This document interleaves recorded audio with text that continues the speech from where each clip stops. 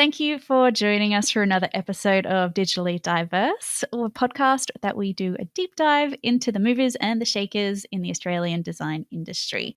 So today we are joined by the wonderful James Kwong, who is the Chief Product Officer at Unleash Live. Thank you so much for joining us, James. Thank you so much for having me. Appreciate it. So for those of us who are unfamiliar with you, could you give us like a brief overview of your career to date and let us know where you've come from? Absolutely. So I've always considered myself an engineer at heart. But when I grew up, I realized my mind is of an engineer, but my heart is actually in design. Mm-hmm. So I started my career as an industrial designer. And for most of the people who don't know, that's product design. Literally anything that's tangible, anything physical, from furniture through to products that you use every day.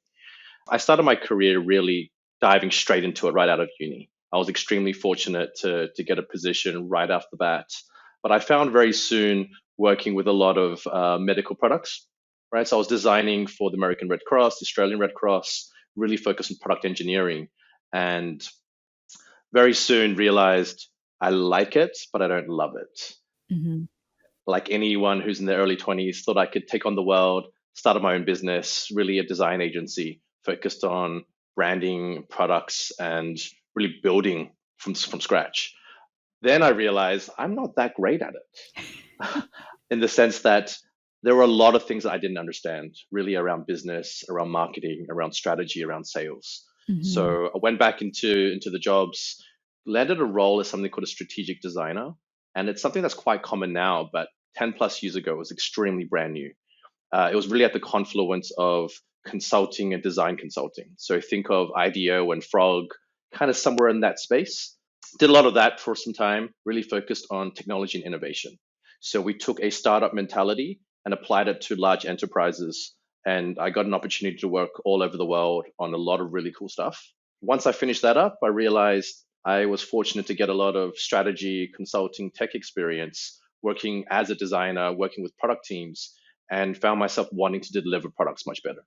Mm-hmm. So I migrated towards the product side of things. And as someone mentioned, I feel like I can speak multiple languages. You can speak design, can speak business, can speak product, and focused a lot on AI and various deep technologies. And then I moved to a company called Unleash Live, where I was part of a founding team and really needed to wear those multiple hats. And here I am today. I love that. So it's kind of come full circle for you, it seems. Like you really initially loved that like small business and like really agile way of working and wanted to do it yourself. Now you've built up all those skills and now we're doing that at Unleash Live. So that must feel like, you finally landed in what your graduate brain wanted. Yeah, I'm extremely fortunate for the opportunities that I've had. But I think what's also really important was planning all those years. I always wanted sooner. Everybody wants it much sooner. It's been a long journey, but I'm glad for the opportunities I've had so far. Love that. And I'm curious to hear, what is it that you're up to at Unleash Live? Can you tell us a little bit more about them? Yeah, absolutely. So Unleash Live is a video analytics platform. What that means is we really work with providing data, right? We provide very specific data on visual sensors. So that could be a CCTV camera, it could be a mobile phone, it could be a drone. But I will say it's nothing dodgy. So just have to like slip that in there. Absolutely. We care a lot about AI ethics, and we don't capture any personal identifiable information. Mm-hmm. But essentially, we help cities and councils make better operational decisions through data. We help improve the inspection process for renewable energy. Mm-hmm. We kind of reduce operational downtime and improve safety for mining and resources. So we're really leveraging cameras as a sensor to be able to do more alerting and make better evidence-based decisions through data. Yeah, I mean, that is my brain is just like going like, how does that what's the main aim for you folks at the moment? Like, is there a roadmap right now, or are you kind of just like going with the flow? Because it seems like every time we talk about cutting edge tech at the moment, it seems to revolve around that AI piece. Do you even kind of know what that tech is going to look like in the next 12 months? I think everybody has their own suspicions and their own hypotheses. We started the company about 7 years ago. I've been there for 5 years, and we've seen incredible change, but at the same time, it's only really fast change when you're deep inside the technology, right? AI has been around for so long, right? People don't realize that, any kind of touch-up tool, the cameras that you use today leverage AI. So much of how you search uses AI. I think it's only now that people are really like leaning into the topic and trying to understand what that actually means. For us, we absolutely have a roadmap. What's exciting at being at Unleash Live is our vision for the role of visual data. It would keep us occupied for decades. Mm-hmm. It's just a matter of, is the technology ready? Are our customers ready? Is the world ready for the things that we're building? I love that. So, James, what new projects and challenges are on the horizon for you folks at Unleash Live over the next 6 to 12 months? Well, first of all, the challenges never stop. Although I can't reveal too much intricate details about the roadmap, I will say that working in the world of computer vision and AI, in a world where, frankly, a lot of the product features that we're building today just does not exist, I think a lot of the challenges are really trying to think about how do you bring to life groundbreaking features. There's no previous UI, there's no previous inspiration for. Mm-hmm. If you're creating a new application today, there are components around calendars and bookings or what a form might look like. But we're literally translating what traditionally a developer does in deep technology and making it a lot more accessible for customers. So Mm-hmm. things like, how do you configure a video stream? How do you apply AI? How do you tell the machine what kind of results to get out of it? I'd Mm-hmm. say those kind of nitty gritty feature challenges are quite difficult, but also building out a product suite, an entire ecosystem. So we're at that stage of the business now where we have product market fit. We've identified very specific features that are working really well for our customers. And we're almost at the conjunction where we need to think about, well, which ones become primary versus secondary. And the analogy I always bring up now is any designer knows the Adobe suite, but there was a world where it was just Photoshop and just Illustrator. And as new products are being developed, understanding what does each one particularly do, what do you focus on, what features come in and out. I'd say really going from designing the really intricate details to thinking about how do all these different features, components really come together into a product. The whole aspect of that, it's all one big greenfield project. It seems like you're just trying to figure out what you can do and then how to do it. It's like mind-boggling, especially for someone like me who's, I'm aware of kind of the technology, but I'm not definitely deep in it. So yeah, I think it would be so interesting just to kind of figure out what kind of like research and testing do you guys, obviously tell me if you can, but like what kind of research and testing is involved? I'd say so much. I'd say research is less of an activity, it's more of a mentality.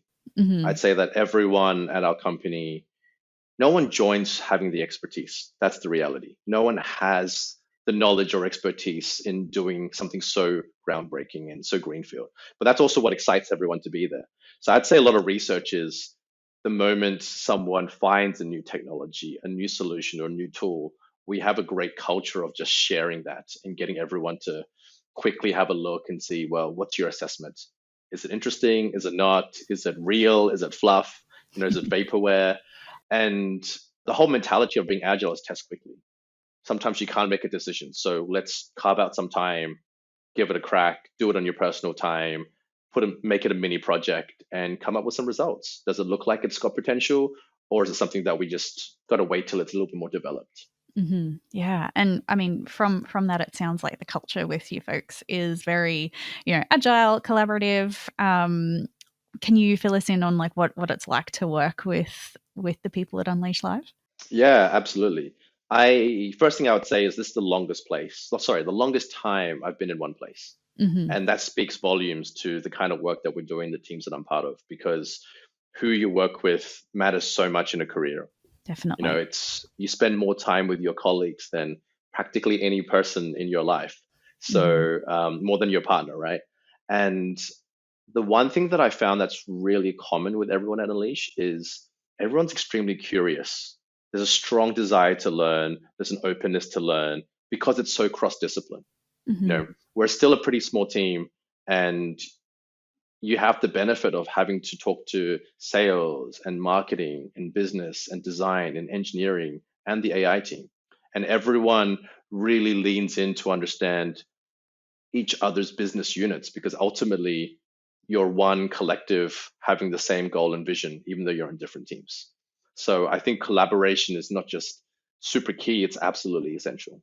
Yeah, definitely. It sounds like there's still like even after 7 years, there's still very much the startup mentality is alive and well. Everyone chips in where they need to, and yeah, that's really great to hear that everyone is leaning on that curiosity, especially in such a cutting edge field. I feel like that's super duper important.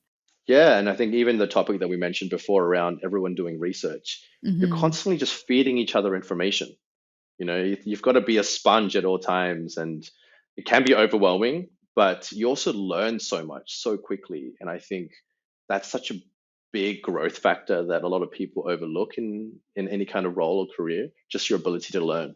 Yeah, yeah. And I mean, speaking of that, I know you mentioned that you started off in more of like the industrial design space. Was there anything in particular that made you want to go into more like digital design and more traditional design? Yeah, actually. So when I was 12, I really wanted to be an inventor. Like think Thomas Edison, Alexander Graham Bell inventor. And it Hmm. wasn't until I got into high school that I realized there is no job for inventor. No one hires an inventor. Yeah. So the closest thing that I could think about was, do I become an engineer or do I go product design? I'm either designing the internals or the externals. I went with product design, and I found that regardless of the design discipline, there's a commonality in the process, there's a commonality in a desire for creation, Hmm. a desire for innovation. And I think at that younger part of my career, I realized that having a diversity of skill is not only important for communication purposes, but it kind of keeps you interested.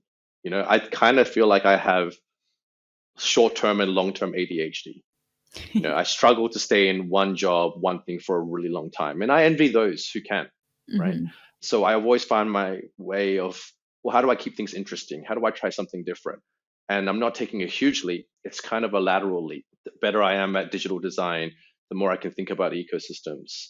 And I would say there was a pivotal moment in my career where my final year of design school, I asked my lecturer, I said, how can I get 100%? Like, just give it to me straight. And he said, you can't. He said, if you design the best product in the world, you can only get 75. And I was like, what? This is rigged. But then he said, if you could design a great portfolio of products, so multiple products that fit within a family, then you might be able to get 85. Hmm. If you're able to design and build out an entire ecosystem, including the portfolio products, all the brand, the product and services, only then could you get to 98. 100 is a fallacy. You can never get there. And I think that really stuck with me. We often grow up thinking, what's the one product I want to be able to create? And I very soon realized whether it was digital design or product design, you can't create the whole ecosystem without a broader skill set. And I think that's what pushed me to better understand business strategy, digital design, different communication channels, physical products, because we live in a digital and physical world. So I didn't want to limit myself and limit my career. Yeah, no, that's something that I feel like all of us have one of those stories where a professor just brings us right back down to earth. And it's like, Totally. yeah, it's a really humbling, like, and sometimes frustrating moment when we realize, oh, like perfection is not attainable, Hmm. but also leaning into that and like it sounds from the other side, it's also quite liberating knowing that the world is your oyster and you kind of have to like get out there and learn as much as you can and you might never get that 100%, but that's okay. That's not the point anymore. Like Yeah, it's yeah, it's just all about like expanding it. yeah, and it's more than okay, but it's daunting, right? I think Mm, everyone feels like if you don't reach that goal, it's failure. And that is so far from the truth. mhm. We're limited by knowing what good looks like, but there are so many different variations of good. We just haven't discovered it yet. I love that. So, James, going from that, you mentioned before that you were, from an industrial design background, then moved into all things digital. If you had your time again, would that be something that you would do, or would you maybe do something a little bit different? It's the classic time traveler question. It doesn't matter, actually, because I'm here today because of the path that I took.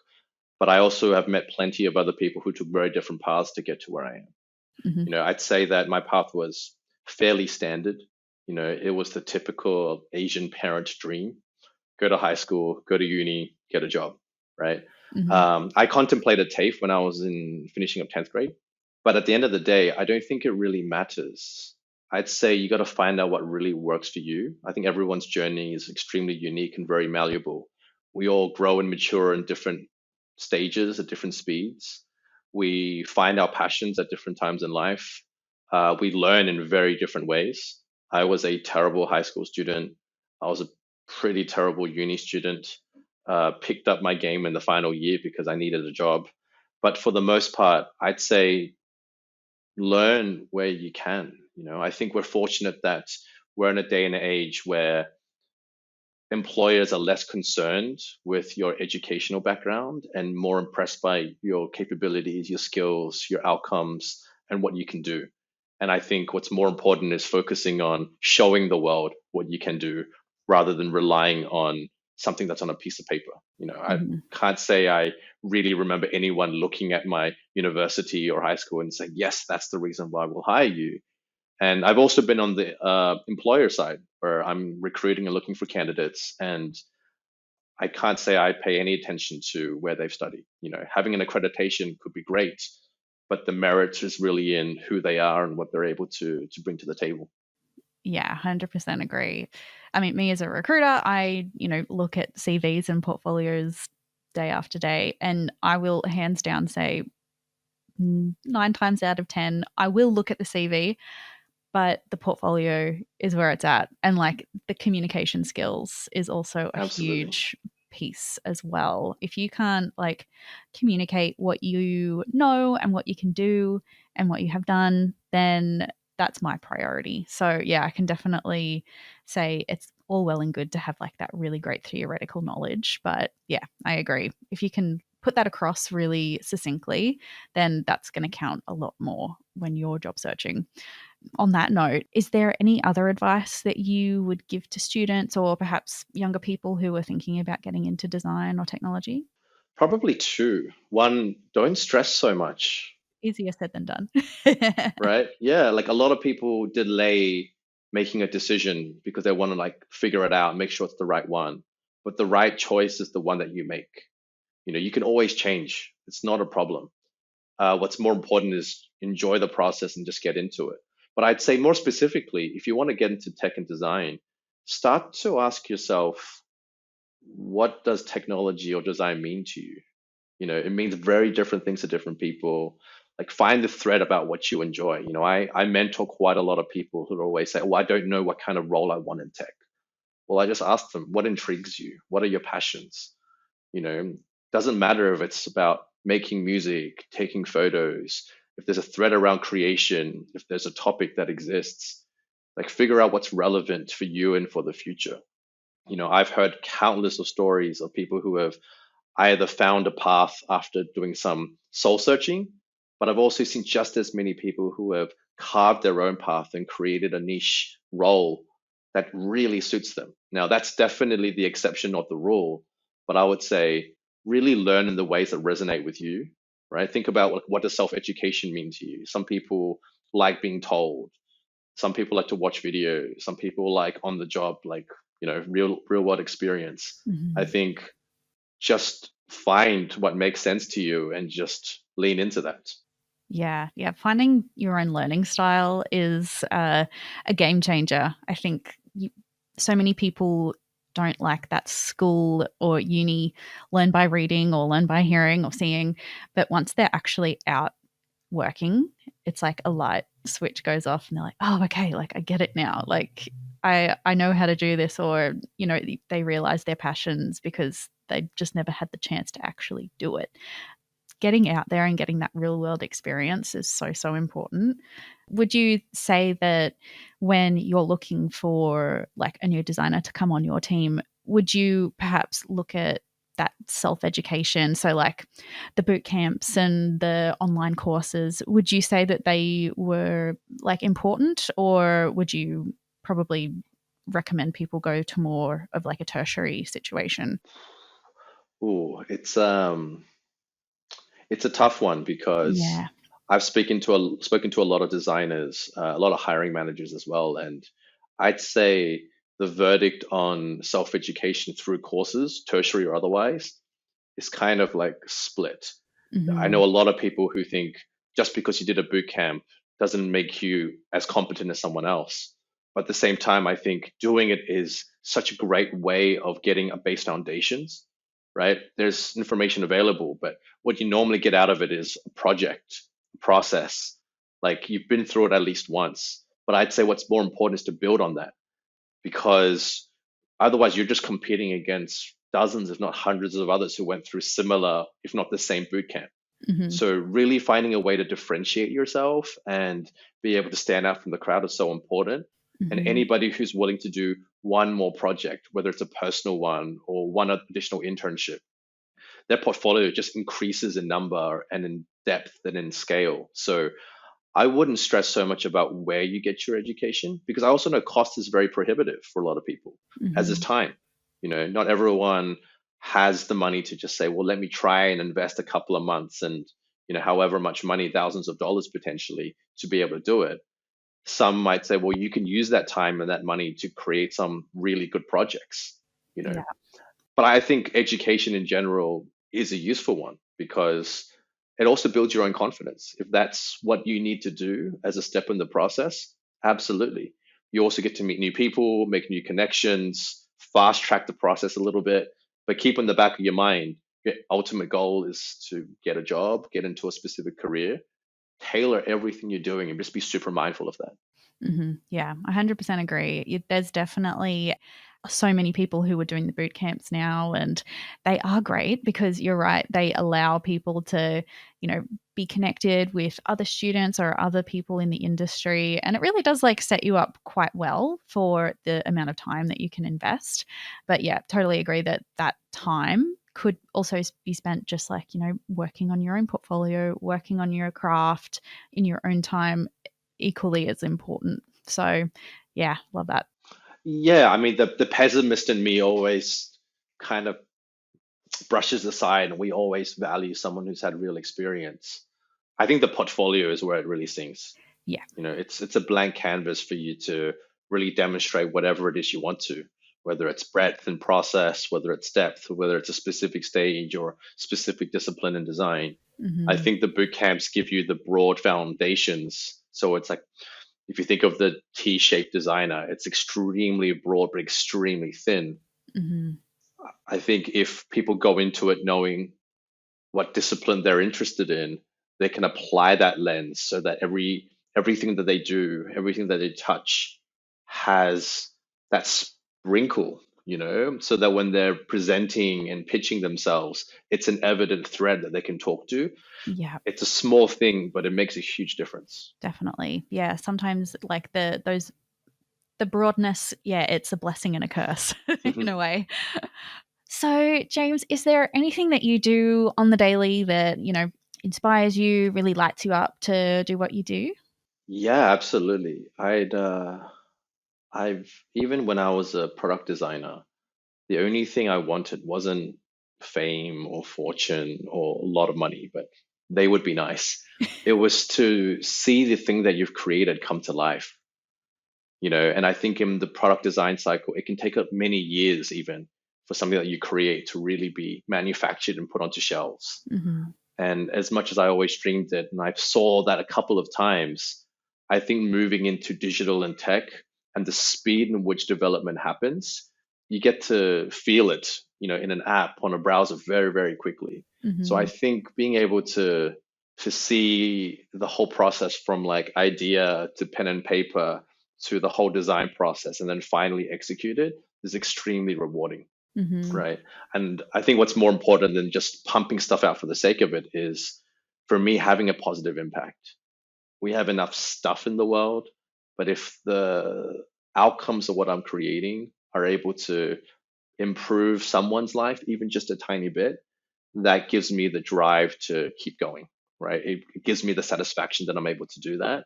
And at the same time, I'm also a bit twisted. I love problems. Like, I love difficult problems. In fact, the more challenging they are, the more I'm inclined to want to solve them. Maybe because it is difficult, maybe because it requires additional mental, fuel. I think being able to tackle the problems that most people don't want to and still yield a positive impact and see it in the flesh, Mm-hmm. that's extremely rewarding.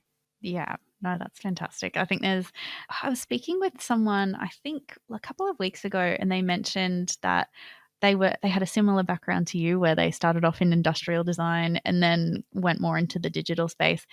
And they really loved, similar to you, like the ability to iterate really quickly and really often and just be able to constantly improve because physical products, they take so long to, like, for any version really to come out and be tested, where digital, you can just every day you could be making tiny little tweaks and updates, and they found that really really rewarding to be able to always be iterating. So yeah, sounds pretty similar to you in that, it's one of those things where you can always be improving and always, finding the pain points, but then also always coming up with the solution as well. One other thing, you just sparked a thought.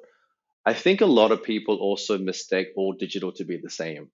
And especially those trying to get into a career, they're very inclined to only lean towards the big companies Yeah. because it comes with the name, the security, and frankly, when you're much younger, you're not aware of the entire scope of what's actually possible.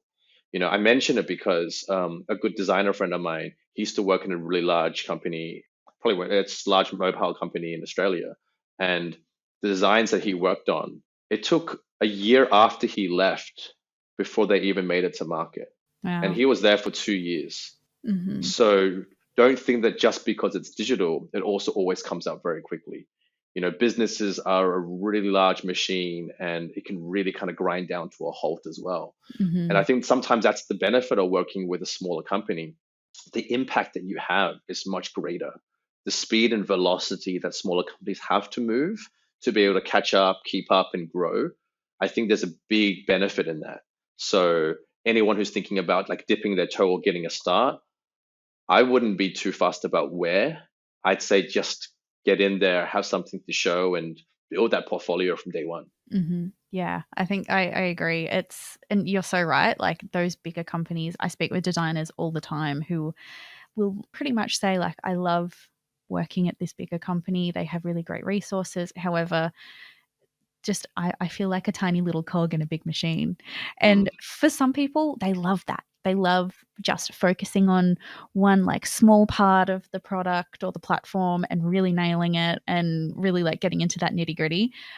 But there's no right answer, right? Like some totally. other people just really love working on a broad scope of things at a startup and being able to try everything and get their hands dirty with everything. So figuring out what you like and what you want to be doing and how you want to be doing it is super important thing to be doing when you're like at that junior midweight stage of your career. Absolutely. Yeah. Well, I would love to hear about, I mean, you've given us a really broad overview of your career to date and all of the incredible impacts that you've had, but I'm curious if there's any speed bumps that you face, James, and like how they've shaped your career. Too many. But I think it's a great question you ask because I think too often people talk about their success story and they don't realize how much change, challenges, and pain they have gone through to get there. Mhm. I would say that an industrial design degree doesn't hold a lot of weight in the industry. It's a very small market. It's not the most known, and frankly, it wasn't the most respected bachelor's degree, right? Mhm. And there was a time where that did count against me, when you're competing against, design schools or other different degrees. that's something that I had to overcome, both mentally, but also in my portfolio, in the things that I could show that I could do. Mhm. I would also say that I was pretty lazy for the beginning part of my career, and I was a bit of a late bloomer. It wasn't until kind of my early to mid 20s that I decided that I wanted to just focus, pedal to the metal, and really accelerate my growth. Mhm. And that came with a lot of pushback as well. Put myself in a lot of uncomfortable positions where I had to ask for opportunities. Because if I went with the natural flow of things, something, that senior position that I wanted, I remember very specifically asking my boss, how do I get to that role? And he said, well, we have a very specific growth plan. Each role has three different tiers, and then you move on to the next one. You are down in this bottom left corner. If you want to make it to this top right, it's about a 10-year journey. Mhm. And it broke my heart. But the first thing I said to him was, how can I do it in three? And although he laughed at me, he said, if you're serious about it, these are the things that you need to work on. And Mhm. that was such a blessing because someone's given you a bit of a map to say you are lacking in these different areas. And it gave me a plan to work on that.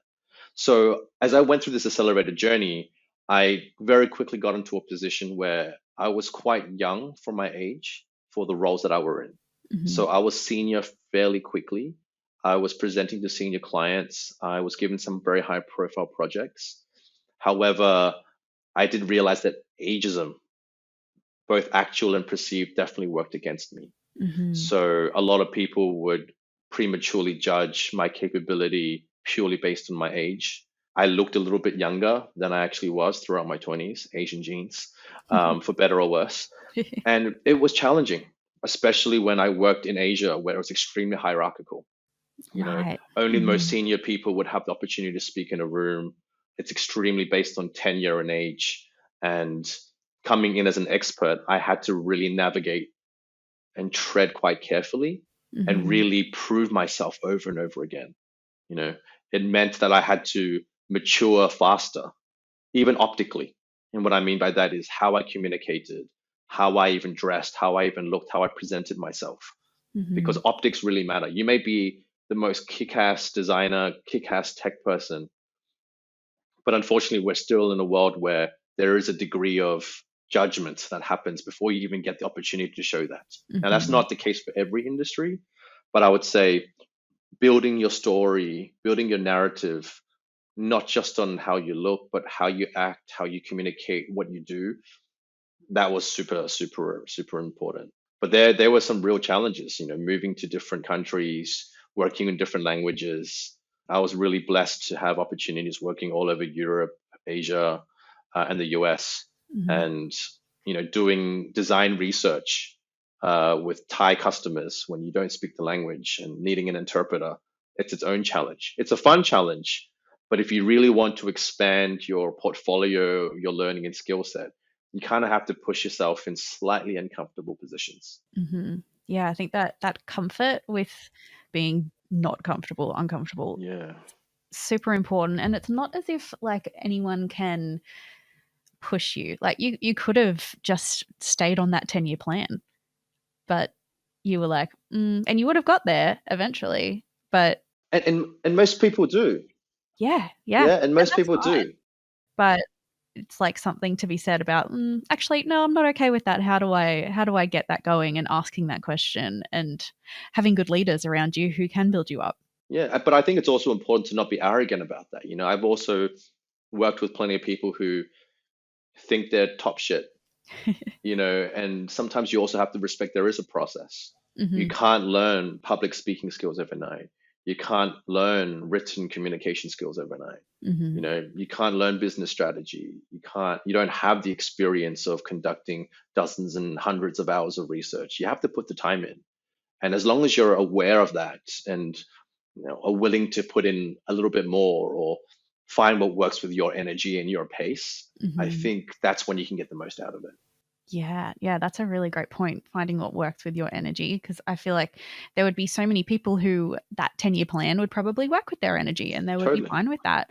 But yeah, you were like able to realize and like be quite self-aware that okay, that I can do more. So let's get that rolling. So good. And I guess with that being said, you obviously are in like a leadership position at the moment and have had a pretty accelerated career. How have you found that like journey into leadership? How have you found that? It's a good question. I think following on from what I said before, I think there is a degree of you have to have a clear vision in mind. Hmm. And I think self-awareness is really important because sometimes people want to be in a leadership position, and I ask them why. Mm. You know, is it the remuneration package? Is it ego? Is it like what is it? And for me, it was pretty simple. I'm better being the lowest rung, hands dirty worker and being someone who's more of a direction setting, strategic setter, and able to think about the big problems. In the middle, I'm all right too. But for the most part, I found that I am more effective and I can deliver more value and create more change because I kind of see myself as a co-captain. I've Hmm. never wanted the responsibilities or the pride and glory of being a captain, but I've always enjoyed being a great support. And I'm okay with that, you know. And I think being in a leadership position also allowed me to give the right advice, guide and mentor people in the right way, steer the ship in the right direction, and trust the team will be able to do the day to day extremely well. I've been through that, but I've also seen bad leadership. And I think that's what drove me to get into a leadership position. But I think your question really was like, well, how do I get into that? And I think the most important bit was I used to tell people I have a 10-year plan. Hmm. It's a lie. I had a 10-year guide because no one's great enough to write such a clear plan. Hmm. But I did feel like I looked at different leaders and said, well, what was it about them that I want to be able to emulate? You know, I want to be able to give a great presentation. I used to joke, I want to be a TED speaker. You know, I wanted to be able to be someone that has the global experience. I wanted to be able to guide teams of a certain size. And I Hmm. think by having those big goals, only then can you kind of look back and say, well, what do I need to get there? You know, what kind of credibility do I need? What kind of networks do I need? And I thought about it quite strategically. So my 10-year plan was a rolling 10-year plan. I would just say, look, let's not worry about the things that are 8 years away. Regardless of what I want to do in the next year or two, I need to have had X amount of experience across these kind of topics. I Hmm. wanted to be able to speak in a certain way. And that constant pursuit and taking those opportunities are important. You know, I Hmm. do believe in, you know, you miss 100% of the shots you don't take, right? Because, you know, when someone's looking for a promotion, well, you need to let people know you want it Hmm. too, Yeah. knowing that you may not get it, you know, or if you have a preference for certain projects or certain topics, it's not a bad idea to be vocal in sharing your intent. You may not get it, but you know, I've been on the other side where I've had to assign different people to teams. And for me, it doesn't bother me which designer goes on. But if Hmm. I find out that, oh, I'm working on an agricultural project and, you know, Sarah on my team has a huge passion for it, well, why not guide her to that? I get a better outcome, we get a better outcome as a team, and she gets to grow. Hmm. So I think being able to share your intent, be patient, be always on the lookout to seek opportunities, but also continuously grow and feed yourself. You Hmm. know, if you're not doing all of those things, you're not constantly growing. And unfortunately, it's still a triangle. There's only so many leaders at the top. So you have to find your way to kind of filter through each tier. And the only way to do that is to keep growing and ideally faster than your peers, faster than the others that you're competing with. Hmm. But you need to know where you're aiming. Otherwise, you're just putting a lot of energy into possibly the wrong things or in the wrong order. Well, with your 10-year guide, did any of those goals change throughout your career or have they stayed pretty steady? Oh, no, all the time. Yeah. Okay. That's why I became a guide, no longer a plan. Yeah. Um, but sometimes it's like being in a startup. It's about pivoting. Hmm. You know, I knew very early on that I wanted international experience. I missed the mark. I went a year or two later than I had planned to. But it's because there was a great opportunity here that I wanted to fulfill. So I just shifted and said, you know what? I'll still stay in Australia for a year or two, but what other skills on my guide do I want to work on in exchange? So the order changed completely. Yeah. And, when I got an opportunity to move to New York to work, I jumped on it immediately. It's a place I've always wanted to go. It wasn't on my critical path of where I wanted to move, Mm-hmm. but it was a great opportunity, and you kind of go with the flow and adjust accordingly. Even if you had the perfect plan, there's so many things you can't control. Yeah, The definitely. economy, what's happening in your country, your family and personal situation, your own goals and desires. I think it's important to stay kind of like fluid and limber, Mm-hmm. but just remind yourself and just keep checking in with yourself. Yeah, I think that's the most important thing, right? Like, I'm a big advocate for always checking in with your goals or with your guide. And if you're not changing those goals, it's just going to get stagnant, right? Like, things are always changing around you. So, you're like, that should be a reflection into what you're aiming for. There's nothing wrong with changing your goals and your plan because, yeah, you're right. You just have to be agile with it. But I'm also curious if you have any advice for people who are wanting to get into your industry. So, like deep tech, AI, machine learning, would there be any advice that you'd give? Learn. And learn is daunting, right? It could mean like, oh my gosh, how do I get into it? Mm-hmm. I think information today is so accessible and available in so many different formats, right? Mm-hmm. It could be courses, it could be video, it could be playing games, right? There's so many ways to learn. Mm-hmm. I think in terms of like tech, and I'll definitely speak on behalf of more like AI and machine learning, I think it's always useful to understand what is the role of the technology that you're interested in, both now and in the future. Mm-hmm. If you're not thinking about it, then it's really difficult for you to want to engage in it. And even if people go, oh, I think that topic is cool. Okay, why? What's cool about it? And I think having the right conversations with people that stimulate that thinking is really, really important. Mm-hmm. I'd say you kind of have to dream and visualize what you want to get out and what you want to do in that space. Yeah, and look at what are the trends that are currently happening. And is there a trend or a wave that you want to be able to ride and, eventually maybe peel off or just continue to ride?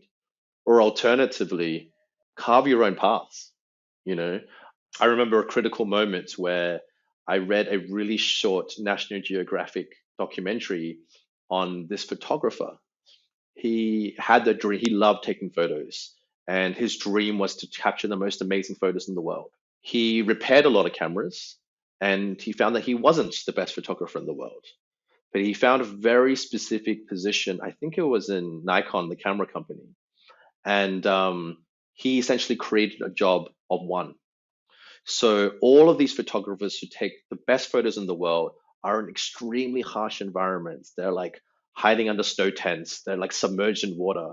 And their equipment, frankly, can't do the job that they want. So they're always looking for ways to hack it. So they send it to this guy, and he specializes in tweaking the cameras and building custom triggers, custom lenses, and custom hoods so that they Mm-hmm. can do what they do. And he gets really close to the photographer. He has this great personal relationship. And some of the best photos that are taken in the world, the moment they're taken, they're shared with him. And he gets a little piece of this is what it's like to, be in front of a Siberian tiger. Mm-hmm. So he found a way to connect with photography and technology and really crafted his own path.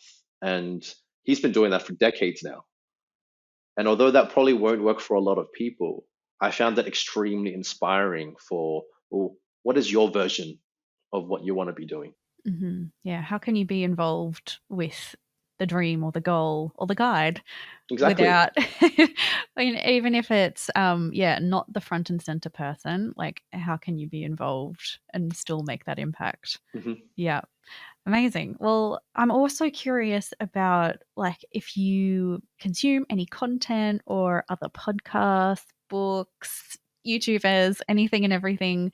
What do you like to listen to and watch? I've always dreaded this question because every time I watch a podcast or listen to some kind of vlog, everyone has all these amazing resources to share. And I mentioned before I was a terrible student, and I kind of still am. But I think consumption of content is important. And I think of it in three different categories. What is something that you do or consume that helps you grow? Mhm. What is something that inspires you? And what keeps you, and the third one is what keeps you relevant. So I'd say when it comes to growth, the only books I've almost ever read are all self-help books. So books around like understanding your own mind, your body, improving your memory, some of the real foundational soft skills about being more self-aware and knowing how to think and make the most of yourself. Mhm. There are a couple. I think one that's particularly interesting is called Tools of Titans. Oh, I It's haven't heard of that. literally a cheat sheet. It's a book of all these tools taken from all these different industries with different frameworks and ways to be able to solve problems. It's just a great one to at least dip your toe into what's possible before you kind of like go a little bit deeper. In terms of inspiration, I actually like to watch documentaries. Mhm. Now, I think documentaries for people who have done amazing things is always great. I recently read, I'm a big Nike fan. I grew up just loving the story of Nike. So I read Shoe Dog by Phil Knight, and it's not a glamorous story. It's actually a story of just how difficult and how much kind of mental grit you needed to have to get to where you are today. And inspiration doesn't have to be super serious, you know. It could be rock climbing, it could be sports, it could be anything at all. But find Mhm. something that makes you feel alive and makes you feel like, oh, I can do that too. Or what's the Netflix series on me if I were to make it one day, you know? Mhm. And then the last one is relevance. I have always used an aggregator. So I use something called Feedly, and I aggregate feeds across topics of AI, design, technology, gaming, startups. And Cool. every single day, I make it a habit of what's on my Feedly.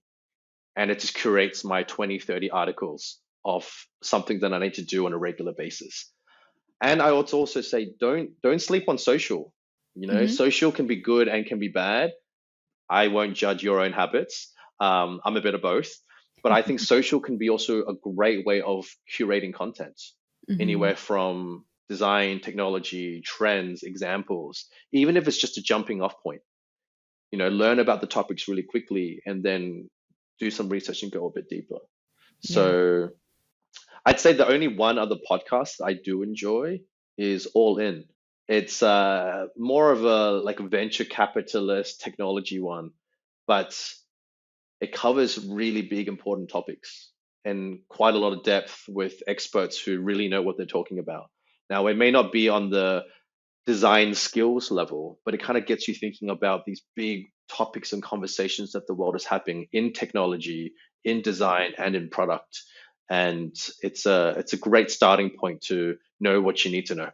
Yeah. No, I think it's a really important skill for anyone really that works in tech to be just aware of what's going on in the broad scheme of things, because design is like it is a very important part of tech, but it's not the biggest, Hmm. unfortunately. So it is super important to know like there are other factors that come into our industry from other spheres or other areas. So just to like keep your finger on the pulse, I think is super important. But yeah, I think what you consume, I think is very very normal. I feel like there's lots of other people who, you know, live and breathe design, but Hmm. when they want to switch off, they don't want to consume any like design specific content, which is fine. Sometimes your brain just needs a break. Totally, Yeah. totally. And I think like, and don't get me wrong, I have bookmarks for a whole bunch of different kind of like design inspo sites. Mhm. But I think sometimes it doesn't leave you. You could be watching just a great TV show and be inspired by the fashion, the design, the conversations that kind of happen. Mhm. But what you said about like keeping your finger on the pulse, I think another way that I love going about it is find other people, friends or otherwise, who just love talking about these things Yeah. and like normalize just sharing articles and sharing random things. I have a Mm. chat with a couple of friends that I went to uni with, and we have common interest around certain tech topics and science topics. And anytime someone sees something new that interests them, they just send it. And now we're having a conversation about superconductors, LK99 and whatnot, right? And Yeah. it's just information. Worst case, you skim it or you don't read it, but at least you know what's available. Yeah, 100%. There's so many different communities online now that they might not be your best mate who you could like send an article to. It could be like Slack channels, or like it could be on Medium, or there's so many online communities that you can connect with people who are interested in the same things as you are. Twitter, or now X, like it's the it's endless. Like it's almost overwhelming sometimes, but it is really exciting. And I feel that since we're on this podcast and the whole point is to share more, I'm just a huge geek, right? Reddit, Yeah. Discord, Telegram, Hmm. like there are communities everywhere who's just constantly sharing information and Hmm. getting opinions. And I think if you can be level-headed and about consuming and coming up with your own thoughts about it, I think that's what's important. Don't just be swayed by what you read. There's also a lot of crap out there, a lot of like fake news, a lot of real news. But I think if you can have a think about what's important to you, take it all in, think about how it helps you grow, how it inspires you, and how it's relevant for any conversations that you have today or in the future, I find that a very useful framework for consumption. Yeah, no, I 100% agree. Speaking of where you find your information and who you chat with, do you have like any mentors that mentor you, or like any business leaders that inspire you? Yes, actually. On the topic of mentors, it's something that I've had a mentor ever since I was in university. I love that. And it started off with this is the assignment, this is who you're assigned to. But very soon I saw the value in, well, they're there to teach.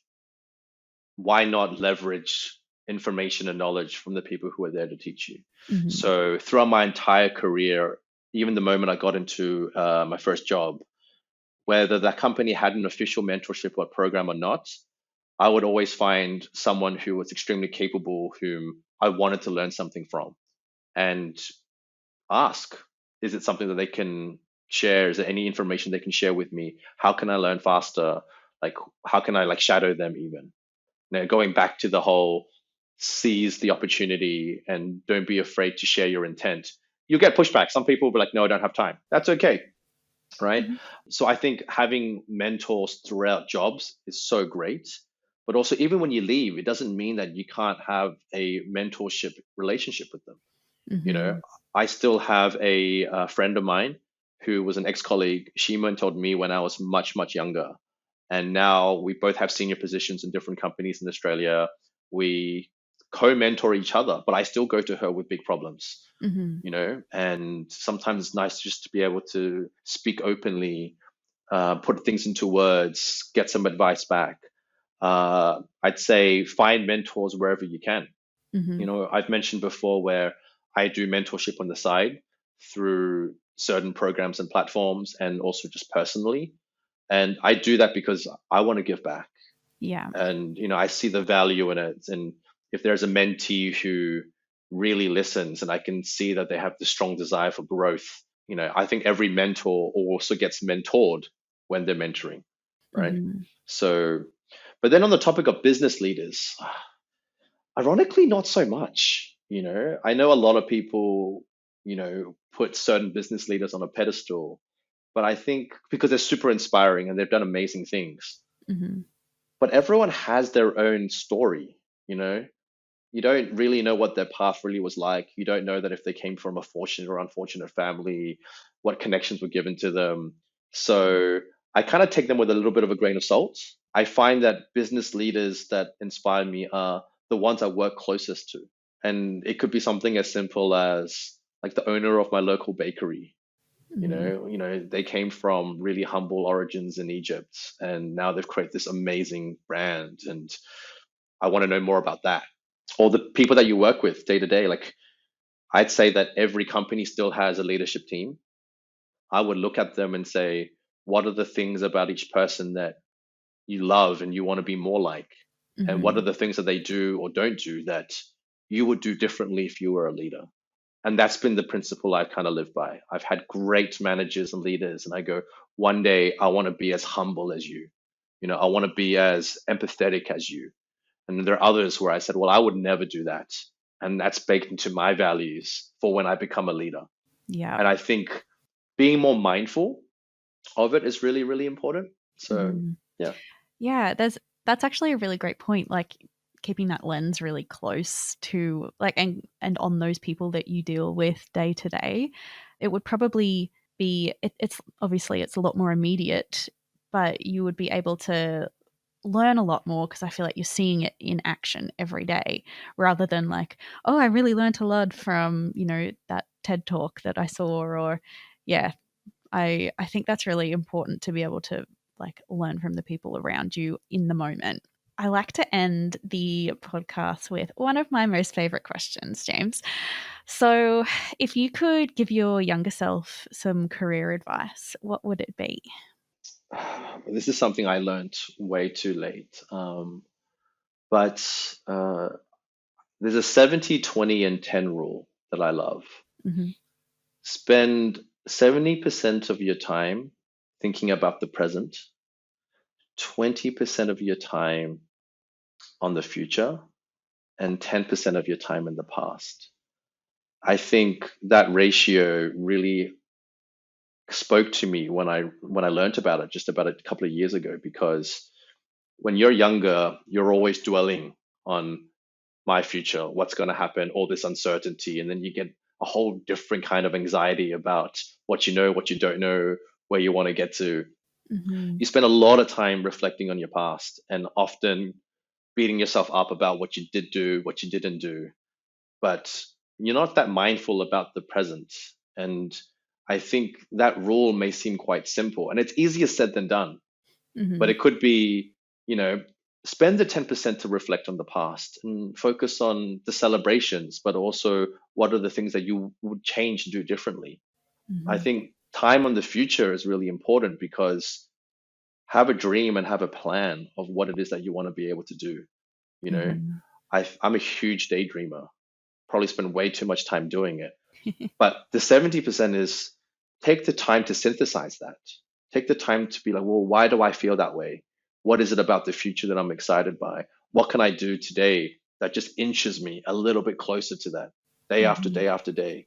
And I think that rule also applies to, how mindful you are with friends or playing sport or doing anything. Your mind can always be in other places, but if it's right there and then, you can be more mindful about what am I hearing? Why am I doing this? How can I improve? And maybe the last one that's tied to that is don't worry so much about the future. Like, you don't know how it's going to go. It's not going to be exactly how you imagine it. There are all these different paths you can take, but it'll be great regardless. There's an infinite number of ways that you can have fulfillment, joy, sense of purpose, or reward. It may not be in exactly how you think it would be, but it will come. Hmm. So you just got to believe in that and have an open mind. I love that. Thank you so much for all of your nuggets of wisdom today. I have learnt so much. And yeah, thank you so much for joining us. I really appreciate it. No, I really appreciate you giving me the time and the opportunity to speak to others. I really enjoyed it. So thank you so much for having me.